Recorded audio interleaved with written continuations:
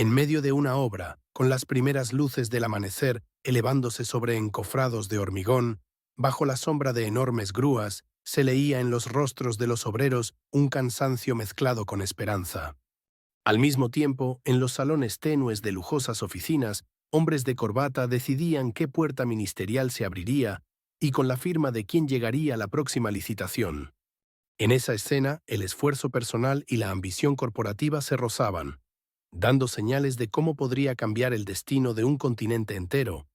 Esta era la historia de cómo Odebrecht, un gigante de la construcción, pasó de ser motor económico de América Latina a convertirse en el centro de la mayor red de corrupción. La época eran los años 70, el lugar las ciudades en expansión de Brasil. La historia de Odebrecht comenzó con Norberto, nieto de Emil Odebrecht, un inmigrante alemán llegado en la década de 1920. En 1944, con apenas 18 años, Norberto fundó un pequeño taller de construcción en Salvador de Bahía. Ingeniero de formación, disciplinado y con un marcado espíritu emprendedor, supo aprovechar el impulso de las obras públicas tras la Segunda Guerra Mundial. Construyó puentes y puertos, ganando reconocimiento. Lo que lo diferenciaba no era solo su habilidad técnica, sino su pragmatismo para abrir temprano las puertas de la política. Cultivaba estrechos lazos con funcionarios del Estado y lograba proyectarse ante la clase trabajadora como un líder que generaba empleo. Con los años, la empresa familiar creció. A su lado estaban primos y un grupo de ingenieros de confianza. El punto de inflexión llegó en los años 70, en plena crisis del petróleo, cuando Brasil multiplicó las inversiones en infraestructura. Odebrecht se posicionó en primera línea con represas y autopistas. Fue entonces cuando aparecieron los financiadores internacionales. Los créditos del Banco Nacional de Desarrollo de Brasil, el capital caliente de fondos estadounidenses y los préstamos de exportación europeos transformaron a Odebrecht en algo más que un contratista regional. Lo convirtieron en un jugador global. La presencia de dictaduras en ascenso y de débiles mecanismos de control en América Latina facilitaban aún más el camino. La motivación de la empresa era clara: cubrir el enorme déficit de infraestructura en ciudades que crecían a gran velocidad. Puentes, líneas de metro, represas. Cada proyecto significaba votos para los gobiernos y ganancias ilimitadas para Odebrecht. El vacío de mercado era amplio. Escaseaban empresas constructoras fuertes y confiables en la región. La regulación era laxa y los mecanismos de control, en muchos casos, mera formalidad. Odebrecht apareció con la promesa de resolverlo todo. El valor ofrecido era simple: modernidad, empleo, desarrollo. Su lema se repetía: construir no es solo verter cemento, es levantar futuro. En su fase de expansión, la empresa tendió una red que partía de Brasil y se extendía hacia Panamá, República Dominicana, luego Perú y Argentina. En cada país establecía lazos con socios locales, políticos e incluso intermediarios. El esquema de operación era sencillo. La oficina central en Brasil reunía los fondos, los bancos internacionales aportaban créditos y las obras se ejecutaban con contratistas locales. El primer gran flujo de dinero llegó a fines de los 70 con una represa hidroeléctrica en Venezuela. El modelo se volvió rápidamente replicable. Licitación pública, oferta de Odebrecht, financiamiento asegurado y la inauguración de un megaproyecto. Pero tras bambalinas se gestaba algo más complejo. Para acelerar los procesos oficiales de contratación y desplazar a competidores, la empresa comenzó a realizar pagos informales. Estos aparecían a veces como honorarios de consultoría, otras como donaciones de campaña. Dentro de Odebrecht, un departamento secreto llamado Departamento de Operaciones Estructuradas coordinaba esos vínculos. Ese mismo departamento se convertiría, con el tiempo, en el corazón de la mayor maquinaria de sobornos del continente. Sobre el papel todo parecía perfecto. Odebrecht ofrecía miles de empleos en enormes obras. Los gobiernos se enorgullecían de proyectos emblemáticos. Los mercados financieros abrían créditos con confianza. Pero a medida que crecían los números, también lo hacían las sombras. Y pronto veríamos cómo la historia de Odebrecht, brillante en cifras, se transformaría en el relato de cómo cambió el destino de un continente entero. Las grúas que se alzaban hacia el cielo de un continente no solo cargaban acero y hormigón, sino también una historia grandiosa. El nombre Odebrecht ya no era solo una empresa, sino la vitrina de la América Latina moderna. El gigante contratista que superaba las fronteras de Brasil se convirtió rápidamente en la marca más brillante del continente. La red construida paso a paso en el período anterior ahora funcionaba como una máquina gigantesca, poniendo en marcha proyectos multimillonarios uno tras otro. Todo había tomado impulso. El punto de quiebre llegó a comienzos de los 2000. El mercado interno en rápida expansión de Brasil se unió a las políticas de desarrollo del gobierno de Lula da Silva. Odebrecht obtuvo las licitaciones más grandes para plantas de energía y proyectos de infraestructura. En esos mismos años, la compañía se expandió fuera de América Latina, hacia África y Oriente Medio. Los fondos de inversión internacionales vieron este crecimiento como una oportunidad. Se firmaron préstamos y acuerdos de asociación por miles de millones de dólares. Los medios titulaban El orgullo de Brasil y presentaban a Odebrecht como un modelo de desarrollo. Las cifras de la empresa causaban asombro. Para 2010, sus ingresos anuales superaban los 40.000 millones de dólares. El número de empleados llegaba a 200.000. El volumen diario de transacciones, es decir, el flujo de dinero, era mayor que el presupuesto de algunos países pequeños. Perú, Argentina, Colombia, Panamá, República Dominicana.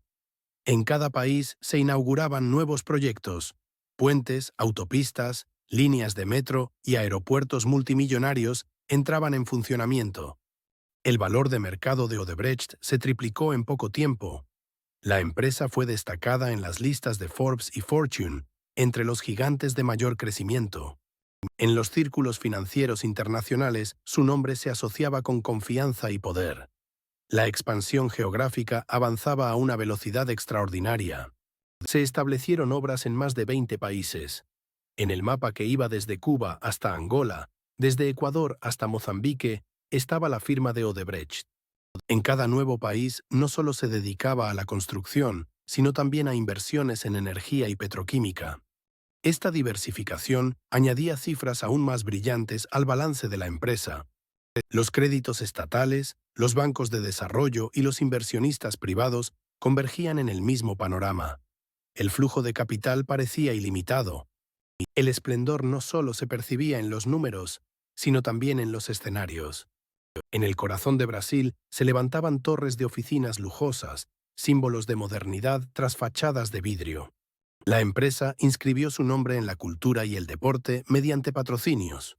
En la final de la Copa Libertadores se desplegaban enormes pancartas de Odebrecht y en los circuitos de Fórmula 1 aparecían sus logotipos. Con campañas de influencers se transmitía a los jóvenes el mensaje de construir el futuro, mientras las vallas publicitarias adornaban las ciudades. Las celebridades invitadas por la compañía presentaban a Odebrecht como la estrella del desarrollo moderno en galas y eventos. Las historias de los clientes también alimentaban el mismo encanto. Un agricultor en Panamá podía llevar su producto al mercado en un día gracias a la nueva autopista y duplicar sus ingresos.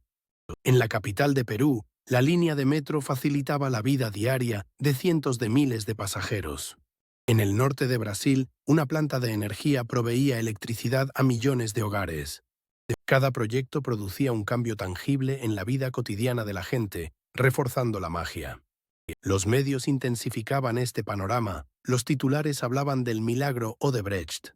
Las revistas de inversión colocaban en portada la frase «La marca global de Brasil». Las palabras de los fundadores se habían convertido en eslogan. No solo construimos, construimos el futuro. Esta frase se volvió el manifiesto de la compañía. Los números contaban un cuento de hadas. En 10 años los ingresos se triplicaron, se expandió a más de 20 países en todo el continente y generó empleo para cientos de miles de personas. Odebrecht era la estrella más brillante de América Latina. Y esa estrella seguía elevándose en el cielo. La estrella de Odebrecht estaba en su punto más brillante. Los ingresos crecían, los proyectos se inauguraban uno tras otro y las historias de éxito en todo el continente ocupaban los titulares de los medios. Pero las grandes estructuras comienzan a derrumbarse por las grietas más pequeñas. Esa grieta apareció en 2014 con la operación Lava Jato, en Brasil. Mientras la Policía Federal investigaba pagos irregulares a través de la petrolera Petrobras, el nombre de Odebrecht apareció en los expedientes. La primera señal fue el descubrimiento de comisiones inusualmente altas pagadas en ciertas licitaciones. Pronto quedó claro que aquello era solo la punta del iceberg. El proceso que siguió se convirtió en la disolución de un gigante. Se reveló el departamento secreto conocido como Estructura. Se documentaron decenas de millones de dólares en sobornos que se transferían mediante bancos, facturas falsas y cuentas offshore. El flujo de dinero llegó casi a detenerse. Se cortaron los créditos y se suspendieron los nuevos proyectos. Algunos directivos se convirtieron en delatores, otros renunciaron. La ola que comenzó en Brasil se extendió rápidamente a Perú, Colombia, Ecuador y República Dominicana.